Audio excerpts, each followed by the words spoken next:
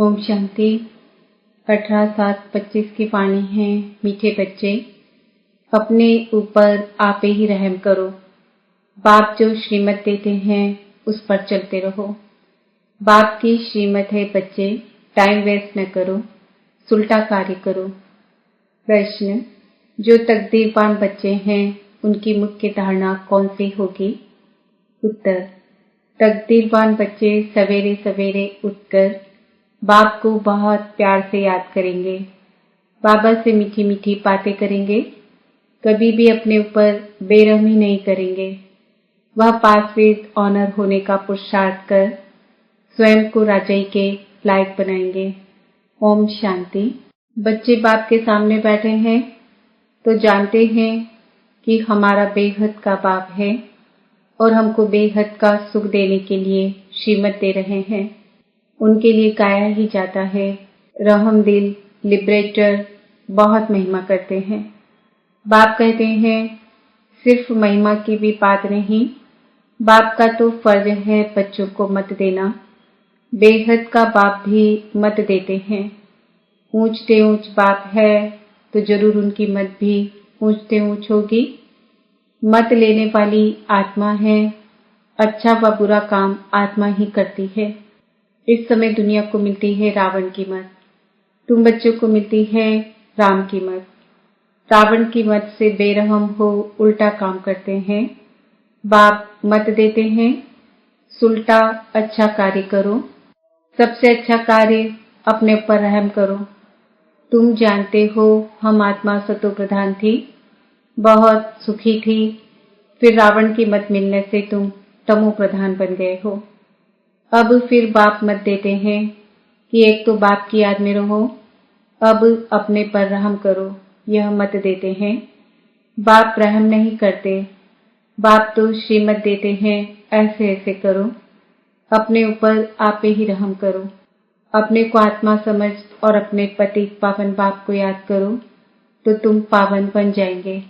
बाप राय देते हैं तुम पावन कैसे बनेंगे? बाप ही पति को पावन बनाने वाला है, वह श्रीमत देते हैं। अगर उनकी मत पर नहीं चलते हैं तो अपने ऊपर बेरहम होते हैं। बाप श्रीमत देते हैं कि बच्चे टाइम वेस्ट मत करो, यह पाठ पक्का कर लो कि हम आत्मा हैं। शरीर निर्वाह अर्थ धंधा आदि भल करो, फिर भी टाइम निकाल युक्ति रचो। काम करते आत्मा की बुद्धि बाप तरफ होनी चाहिए। जैसे आशिक माशिक भी काम तो करते हैं ना, दोनों एक दो के ऊपर आशिक होते हैं। यहाँ ऐसे नहीं है। तुम भक्ति मार्ग में भी याद करते हो। कई कहते हैं कैसे याद करें? आत्मा का परमात्मा का रूप क्या है जो याद करें? क्योंकि भक्ति मार्ग में तो गाया जाता है कि परमात्मा नाम रूप से न्यारा है, परंतु ऐसे नहीं है। कहते भी हैं भ्रकुटी के बीच में आत्मा स्टार मिसल है। फिर क्यों कहते हैं कि आत्मा क्या है? उनको देख नहीं सकते, वह तो है ही जानने की चीज। आत्मा को जाना जाता है, परमात्मा को भी जाना जाता है। वह अति सूक्ष्म चीज है, फायर फ्लाई से भी महीन है। शरीर से कैसे निकल जाती पता भी नहीं पड़ता। आत्मा है, साक्षात्कार होता है। आत्मा का दीदार हुआ सो क्या? वह तो स्टार मिसल सूक्ष्म है। अपने को आत्मा समझ बाप को याद करो। जैसे आत्मा वैसे परमात्मा भी सोल है, परंतु परमात्मा को कहा जाता है सुप्रीम सोल। वह जन्म मरण में नहीं आते। आत्मा को सुप्रीम तब कहा जाए जब जन्म मरण रहित हो। बाकी मुक्ति धाम में तो सबको पवित्र होकर जाना है। उनमें भी नंबरवार है जिनका हीरो हीरोइन का पार्ट है। आत्मा ही नंबरवार तो है ना। नाटक में भी कोई बहुत पगार वाले, कोई कम वाले होते हैं। लक्ष्मी नारायण की आत्मा को मनुष्य आत्माओं में सुप्रीम कहेंगे। भल पवित्र तो सभी बनते हैं, फिर भी नंबरवार पार्ट है। कोई महाराजा, कोई दासी, कोई प्रजा। तुम एक्टर्स हो, जानते हो इतने सब देवताएं नंबरवार है। अच्छा पुरुषार्थ करेंगे, ऊंच आत्मा बनेंगे, ऊंच पद पाएंगे। तुमको स्मृति आई है हमने 84 जन्म कैसे लिए अब बाप के पास जाना है। बच्चों को ये खुशी भी है तो नशा भी है। सब कहते हैं हम नर से नारायण विश्व के मालिक बनेंगे। फिर तो ऐसा पुरुषार्थ करना पड़े। पुरुषार्थ अनुसार नंबरवार पद पाते हैं। सबको नंबरवार पार्ट मिला हुआ है। यह ड्रामा बना बनाया है। अभी बाप तुमको श्रेष्ठ मत देते हैं। कैसे भी करके बाप को याद करो तो विकर्म विनाश हो, तो तुम तमो प्रधान से सतो प्रधान बन जाओ। पापों का बोझा तो सिर पर बहुत है, उनको कैसे भी करके यहाँ खलास करना है, तब आत्मा पवित्र बनेगी। तमो प्रधान भी तुम आत्मा बनी हो, सतो प्रधान भी आत्मा को बनना है। इस समय जास्ती इंसॉल्वेंट भारत है। ये खेल ही भारत पर है। बाकी वह तो सिर्फ धर्म स्थापन करने आते हैं। पुनर्जन्म लेते लेते पिछाड़ी में सब तमो प्रधान बनते हैं। स्वर्ग के मालिक तुम बनते हो। जानते हो भारत बहुत ऊंच देश था, अभी कितना गरीब है। गरीब को ही सब मदद देते हैं, हर बात की भीख मांगते ही रहते हैं। आगे तो बहुत अनाज यहाँ से जाता था, अभी गरीब बने हैं तो फिर रिटर्न सर्विस हो रही है। जो ले गए हैं वह उधार मिल रहा है। श्री कृष्ण और क्रिश्चियन राशि एक ही है। क्रिश्चियन ने ही भारत को हब किया है। अब फिर ड्रामा अनुसार वह आपस में लड़ते हैं। मक्खन तुम बच्चों को मिल जाता है। ऐसे नहीं कि श्री कृष्ण के मुख में माखन था, यह तो शास्त्रों में लिख दिया है। सारी दुनिया श्री कृष्ण के हाथ में आती है। सारे विश्व का तुम मालिक बनते हो। तुम बच्चे जानते हो हम विश्व के मालिक बनते हैं तो तुमको कितनी खुशी होनी चाहिए। तुम्हारे कदम कदम में पदम है। सिर्फ एक लक्ष्मी नारायण का राज्य नहीं था, डिनास्टी थी ना। यथा राजा रानी तथा प्रजा, सबके पांव में पदम होते हैं। वहां तो अनगिनत पैसे होते हैं। पैसे के लिए कोई पाप आदि नहीं करते। अथाह धन होता है। अल्लाह अव्वल दिन का खेल दिखाते हैं ना। अल्लाह जो अव्वल दिन अर्थात जो देवी देवता धर्म स्थापन करते हैं, सेकंड में जीवन मुक्ति दे देते हैं। सेकंड में साक्षात्कार हो जाता है। कारुण का खजाना दिखाते हैं। मीरा श्री कृष्ण से साक्षात्कार में डांस करती थी। वह था भक्ति मार्ग। यहाँ भक्ति मार्ग की बात नहीं। तुम तो वैकुंठ में प्रैक्टिकल में जाकर राज्य भागी करेंगे। भक्ति मार्ग में सिर्फ साक्षात्कार होता है। इस समय तुम बच्चों को एम ऑब्जेक्ट का साक्षात्कार होता है। जानते हो हम यह बनेंगे। बच्चों को भूल जाता है, इसलिए बैच दिए जाते हैं। अभी हम बेहद के बाप के बच्चे बने हैं। कितनी खुशी होनी चाहिए। यह तो घड़ी घड़ी पक्का कर देना चाहिए, परंतु माया अपोजिशन में है तो वह खुशी भी उड़ जाती है। बाप को याद करते रहेंगे तो नशा रहेगा। बाबा हमको विश्व का मालिक बनाते हैं, फिर माया भुला देती है, तो फिर कुछ न कुछ विकर्म हो जाता है।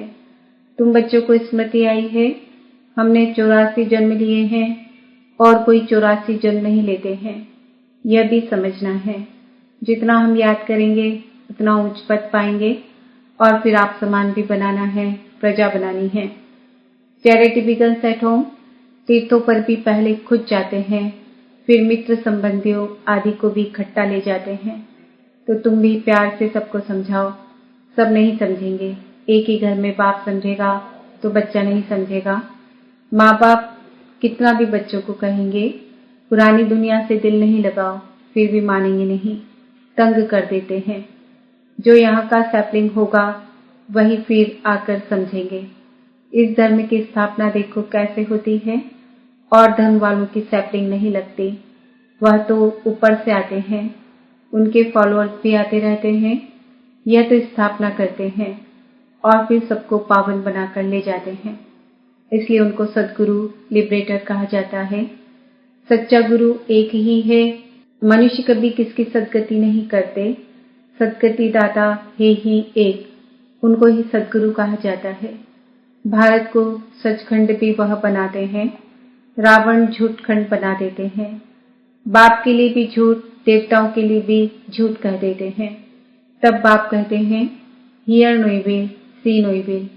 इनको कहा जाता है वेश्यालय। सत्युग है शिवालय। मनुष्य समझते थोड़े ही हैं, वह तो अपनी मत पर ही चलते हैं। कितना लड़ना झगड़ना चलता रहता है। बच्चे माँ को, पति स्त्री को मारने में देरी नहीं करते, एक दो को काटते रहते हैं। बच्चा देखता है बाप के पास बहुत धन है, देता नहीं है तो मारने में भी देरी नहीं करते हैं। कैसी गंदी दुनिया है। अभी तुम क्या बन रहे हो? यह तुम्हारी एम ऑब्जेक्ट घड़ी है। तुम तो सिर्फ कहते थे, हे पतित पावन आकर हमको पावन बनाओ। ऐसे थोड़ी कहते थे कि विश्व का मालिक बनाओ। गॉड फादर तो हेवन स्थापन करते हैं, तो हम हेवन में क्यों नहीं हैं? फिर रावण तुमको नरकवासी बनाते हैं। कल्प की आयु लाखों वर्ष कह देने से भूल गए हैं। बाप कहते हैं तुम हेवन के मालिक थे, अब फिर चक्र लगाए हेल के मालिक बने हो।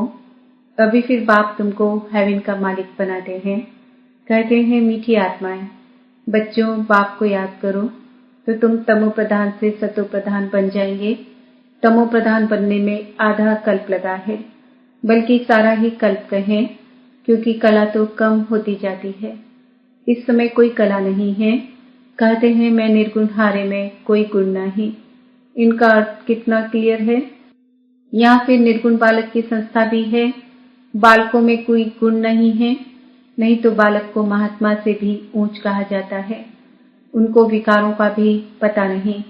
महात्माओं को तो विकारों का पता रहता है, तो अक्षर भी कितने रॉन्ग बोलते हैं। माया बिल्कुल अनराइटियस बना देती है। गीता पढ़ते भी हैं, कहते भी हैं भगवानुवास, काम महाशत्रु है, यह आदि मध्य अंत दुख देने वाला है। फिर भी पवित्र बनने में कितने विघ्न डालते हैं। बच्चा शादी नहीं करता तो कितना बिगड़ते हैं। बाप कहते हैं तुम बच्चों को श्रीमत पर चलना है। जो फूल बनने का नहीं होगा, कितना भी समझाओ कभी नहीं मानेगा। कहाँ बच्चे कहते हैं हम शादी नहीं करेंगे, तो माँ बाप कितने अत्याचार करते हैं। बाप कहते हैं जब ज्ञान यज्ञ रचता हूँ तो अनेक प्रकार के विघ्न पड़ते हैं। 3 पैर पृथ्वी के भी नहीं देते। तुम सिर्फ बाप की मत पर याद कर पवित्र बनते हो और कोई तकलीफ नहीं। सिर्फ अपने को आत्मा समझ बाप को याद करो। जैसे तुम आत्माएं इस शरीर में अवतरित हो, वैसे बाप भी अवतरित है। फिर कच्छ अवतार मच्छ अवतार कैसे हो सकते? कितनी गाली देते हैं। कहते हैं कंकड़ कंकड़ में भगवान है। बाप कहते हैं मेरी और देवताओं की ग्लानि करते हैं, मुझे आना पड़ता है। आकर तुम बच्चों को फिर से वर्षा देता हूँ। मैं वर्षा देता हूँ, रावण श्राप देता है। यह खेल है। जो श्रीमत पर नहीं चलते हैं तो समझा जाता है इनकी तकदीर इतनी ऊंच नहीं है। तकदीर वाले सवेरे सवेरे उठकर याद करेंगे, बाबा से बात करेंगे। अपने को आत्मा समझ बाप को याद करो तो विकर्म विनाश हो, खुशी का पारा भी चढ़ेगा। जो पास विद ऑनर होते हैं वही राजाई के लायक बन सकते हैं। सिर्फ एक लक्ष्मी नारायण नहीं राज्य करते हैं, डिनाइस्टी है। अब बाप कहते हैं तुम कितना स्वच्छ बुद्धि बनते हो। इनको कहा जाता है सत्संग। सत्संग एक ही होता है जो बाप सच्ची सच्ची नॉलेज से सचखंड का मालिक बनाते हैं। कल्प के संगम पर ही सत का संग मिलता है। स्वर्ग में कोई भी प्रकार का सत्संग होता नहीं। अभी तुम हो रूहानी सैल्वेशन आर्मी। तुम विश्व का बेड़ा पार करते हो। तुमको सैल्वेज करने वाला, श्रीमत देने वाला बाप है। तुम्हारी महिमा बहुत भारी है। बाप की महिमा, भारत की महिमा अपरंपार है। तुम बच्चों की भी महिमा अपरंपार है। तुम ब्रह्मांड के भी और विश्व के भी मालिक बनते हो। मैं तो सिर्फ ब्रह्मांड का मालिक हूँ। पूजा भी तुम्हारी डबल होती है। मैं तो देवता नहीं बनता हूँ जो डबल पूजा हो। तुम्हारे में भी नंबरवार समझते हैं और खुशी में आकर पुरुषार्थ करते हैं। पढ़ाई में फर्क कितना है। सतयुग में लक्ष्मी नारायण का राज्य चलता है, वहाँ वजीर होते नहीं। लक्ष्मी नारायण जिनको भगवान भगवती कहते हैं वह फिर वजीर की राय लेंगे क्या? जब पतित राजाएं बनते हैं तब फिर वजीर आदि रखते हैं। अभी तो है प्रजा का प्रजा पर राज्य। तुम बच्चों को इस पुरानी दुनिया से वैराग्य है। ज्ञान, भक्ति, वैराग्य। ज्ञान सिर्फ रूहानी बाप सिखलाते हैं और कोई सिखला न सके। बाप ही पतित पावन सर्व का सद्गति दाता है। अच्छा, मीठे मीठे सिक्किम दे बच्चों प्रति माता पिता बाप दादा का याद, प्यार और गुड मॉर्निंग। रूहानी बाप की रूहानी बच्चों को नमस्ते। हम रूहानी बच्चों की रूहानी माता पिता बाप दादा को याद, प्यार, गुड मॉर्निंग, नमस्ते, ओम शांति। धारणा के लिए मुख्य सार, बाप की याद के साथ साथ आप समान बनाने की सेवा भी करनी है। Charity begins at home. सबको प्यार से समझाना है। इस पुरानी दुनिया से बेहद का वैरागी बनना है। Hear no evil, see no evil. उस बेहद बाप के बच्चे हैं। वह हमें कारुण का खजाना देते हैं। इसी खुशी में रहना है। वरदान, हर संकल्प, बोल और कर्म को फलदायक बनाने वाले रूहानी प्रभावशाली भव। जब किसी के संपर्क में आ गए हो तो उनके प्रति मन की भावना, स्नेह, सहयोग और कल्याण की प्रभावशाली हो। हर बोल किसी को हिम्मत, उल्लास देने के प्रभावशाली हो।